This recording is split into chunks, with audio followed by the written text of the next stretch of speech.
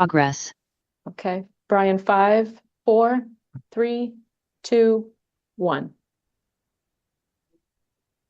Hello, everybody. This is December 18th meeting of the Commissioner Assessment Committee. The meeting is being recorded.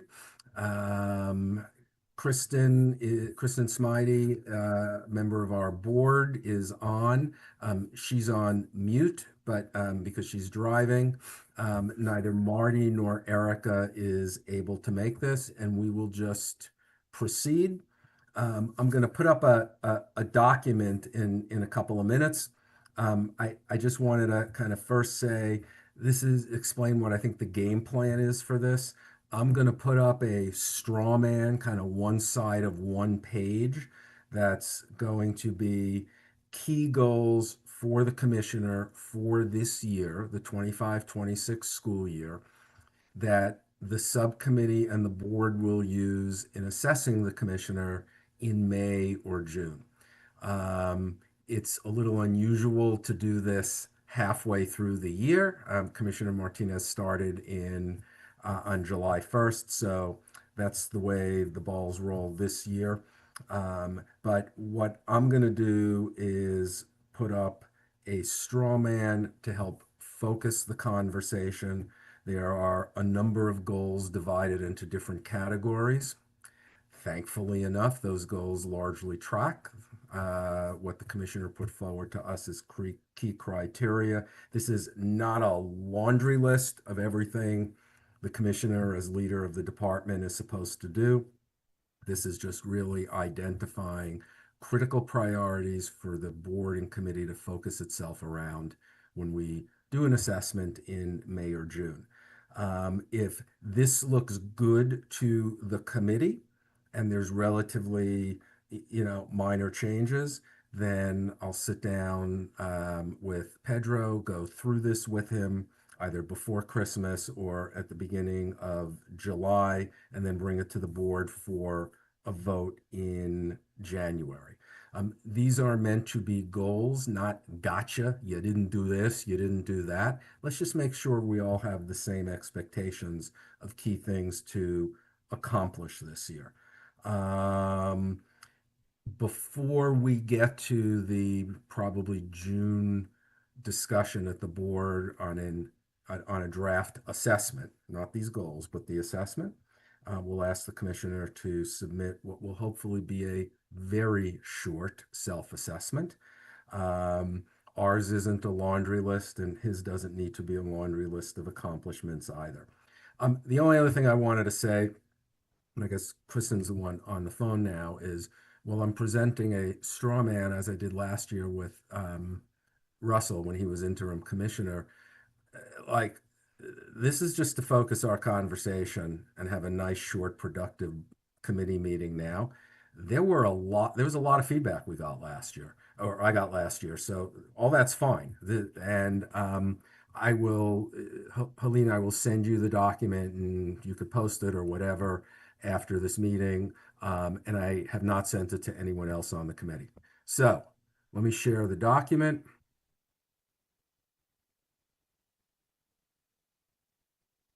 I guess I should ask any questions before I get into this. No, let's go. Okay. So, since Marty and Erica aren't on, I might read a little bit more than if everybody was on looking at this. But basically, so everyone could picture this, I've divided into four categories. Hold on. Into four categories, key goals: policy, DESE organization structure, board and governance, and stakeholder relationships. And under policy, there's 5 different goals.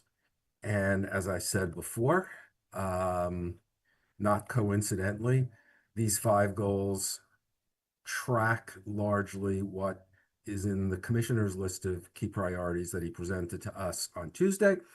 And these are probably what I would consider to be pretty good key priorities anyway. The first is under policy achievement: present to the board and receive support from the board a near final plan to work, this is by the end of the school year, to work collaboratively with identified districts to reduce and eliminate gaps compared to 2019 and improve achievement beyond that baseline, including buy-in from superintendents, strategies with game plans for successful execution, overall performance metrics with timelines, and key resources, financial and people, that are required.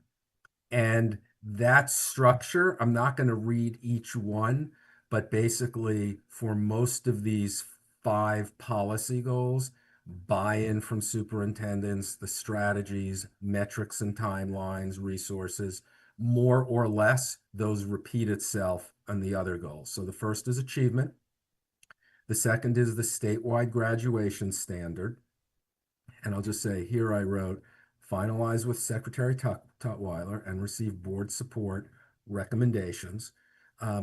Kristen, you could read later what it says here. I want to just acknowledge that these recommendations are from the commissioner and the secretary.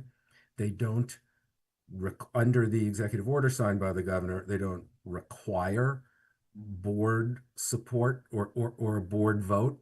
So I specifically didn't say have a board vote. Realistically, we need to make sure we're all on the same page because the board's going to be involved in regulations and in fleshing some of this out. I don't consider this a big deal, and this certainly isn't an attempt to inject the board into something that is ultimately kind of up to the secretary and commissioner. The third goal after achievement and student graduation standard is student attendance, then literacy, then teacher pipeline. And again, Kristen, I'm not reading the sub bullets under each one, but they're generally kind of metrics, timelines, resources needed, and much of the time buy-in, not just come out with a plan. And I think that's pretty much exactly the way the commissioner operates anyway. So those are the 5 policy goals. Under BESE organizational structure, these aren't exact words from the commissioner, but they're largely tracking what he's described. What I wrote here is finalize, near finalize an organization structure, kind of 2 bullets under that. The alignment, that's the word that Pedro has used, with reporting relationships and the senior team. And he talked about some of the openings with internal and external possibilities for hire. So basically, come back to us. Hopefully, you're nearly done by the end of this year, maybe sooner. Let us know kind of what the reorganization looks like and what the team looks like. The third overall assessment criteria, board and governance. This is really a continue issue. And I think this is the way the commissioner kind of hit the ground running in July. Continue developing a collaborative and productive relationship with Secretary Tutwiler. We have this, you know, wonderful little kind of organizational setup here in Massachusetts with a secretary and a commissioner. And if one ever gets to the point of like debating who's responsible for what, like the game is already lost. You need the commissioner and the secretary collaborating. And it certainly appears to me they collaborate really, really well with each other. So continue developing that relationship. And second bullet point under board and governance is continue the regular communication with the board overall and individual members. There's a lot of reaching out that the commissioner does. I think we have some in between meetings, I think we have some really, really good conversations at the board. And I enjoy when we're, agreeing and disagreeing with each other as a board, but it's good to put things to the board, not just when approval is needed, but for discussion. So that's a continue that. And finally, with stakeholder relationships. And what I've written here, Kristen, is continue strengthening the collaborative relationships with superintendents, school leaders, and community and parent organizations. There's only so much one person can do, and there's only so much one person and his or her senior team can do. But there's been a fair bit of an investment of time by the commissioner in this area already, as in all the areas.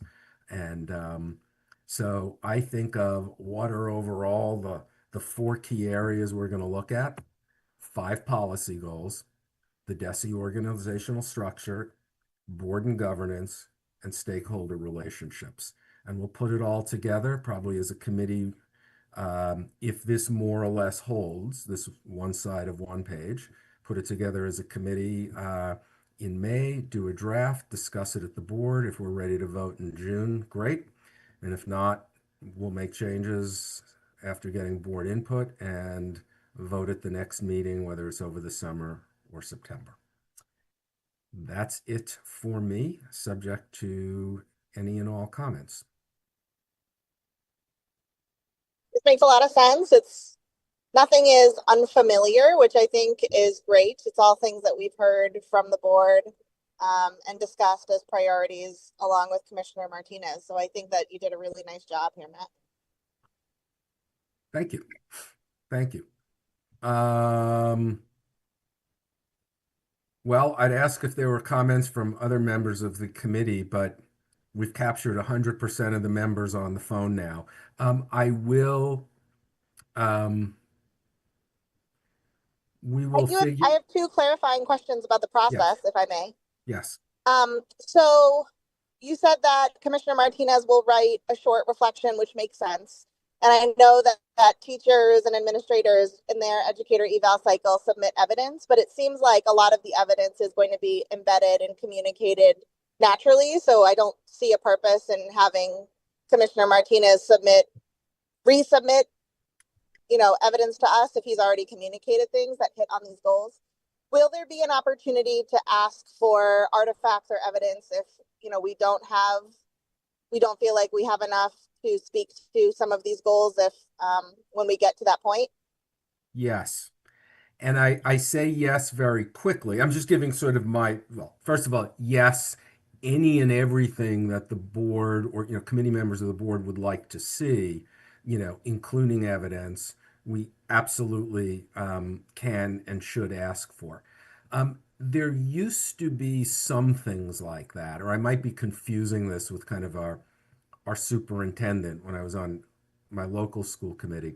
Mm. What ended up happening was like there was such a focus with the rubrics 10 and 12 years ago on evidence that like David Fleischman was submitting like how many meetings did I have and how many phone calls, and it's like okay, that's like not where my head is at. So what I would say is 100% yes to your question.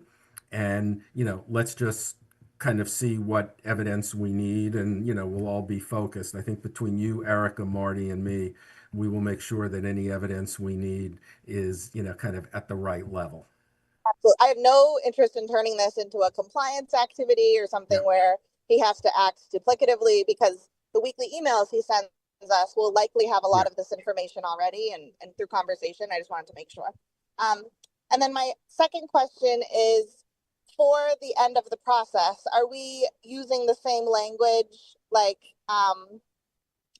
proficient, exemplary, needs improvement that teachers and administrators do, or is it a different like rating model?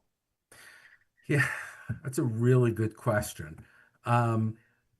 I did not anticipate this in that I did not anticipate that in terms of kind of what I've written here. We can, but then I think we'll need to think about whether we should define those categories Hmm. in advance, and I'm not quite sure how to do that, uh, especially for this first kind of partial year.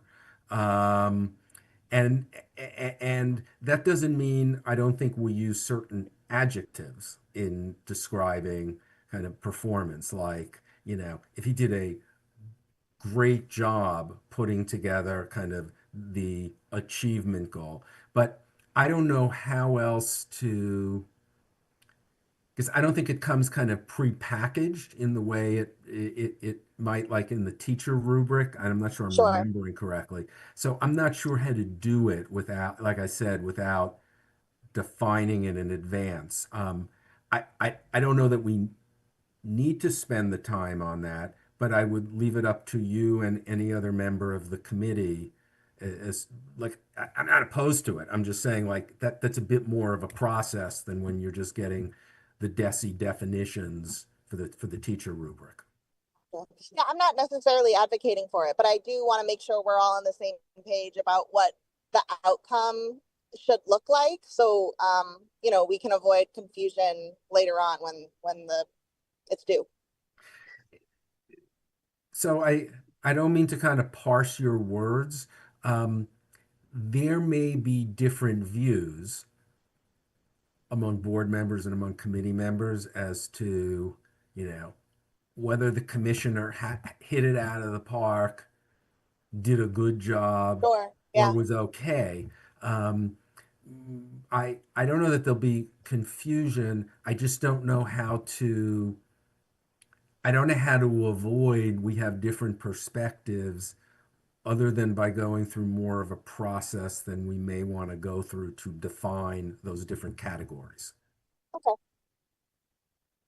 But think about it. Like it's not like we're taking a vote now. Um, think about it, and I'm open to anything that works for everybody. Yeah. Well, I just know that some of the language even used, for teachers and administrators is problematic. Like, for example, defining the difference between proficient and exemplary is not uniform across districts. And if you look at the data of educator eval across the state, I mean, some districts say they have 40% exemplary teachers and some districts say they have 5%. And I don't think it's necessarily measuring the actual quality of instruction. I think it's measuring like how those administrators are interpreting those terms. And so for our sake and efficiency, I just want to make sure we're all on the same page about what language we're using. So, we're not having those like hit it out of the park or, or whatever, like conversations, because it may not be worth our time to do that. But I just want to make sure we're, we've collaborated around what language we're using and feel good about that. So you don't want me to be technical and use a phrase like "hit it out of the park"? Okay. All right. No, it's interesting, Kristen, because you're bringing back kind of these memories from not that many years ago of these rubrics we get and the differences in interpreting those four different rating categories among different people within a district, let Right. alone among different districts, calls into question whether that's in fact the best way to assess teachers or principals or assistant superintendents. That's an issue for another day. Absolutely. But So I didn't mean to go down that rabbit hole. I no, just want to make no, sure we're clearly communicating, the evaluation to the commissioner based on, this process. yeah, I was just taking a cheap shot at the rubrics, probably Fair insulting enough. some number of people, but um, okay. So Helene, I will send this to you now. Um, do you want to distribute it as you'd like? If you could Mhm. also send it to the commissioner and let him know we discussed this at our meeting, and when we talk next, I can, I'll follow up with the commissioner and get any comments from him. Any other question that you or anyone else from DESE has at this point? Nope, I don't have any other questions. Great. Let the record show it's 2:23. We started at 2:03. Meeting adjourned after 20 minutes of talking. Nice Thank job, you. Matt. Thanks, Kristen. See you all later. See you later.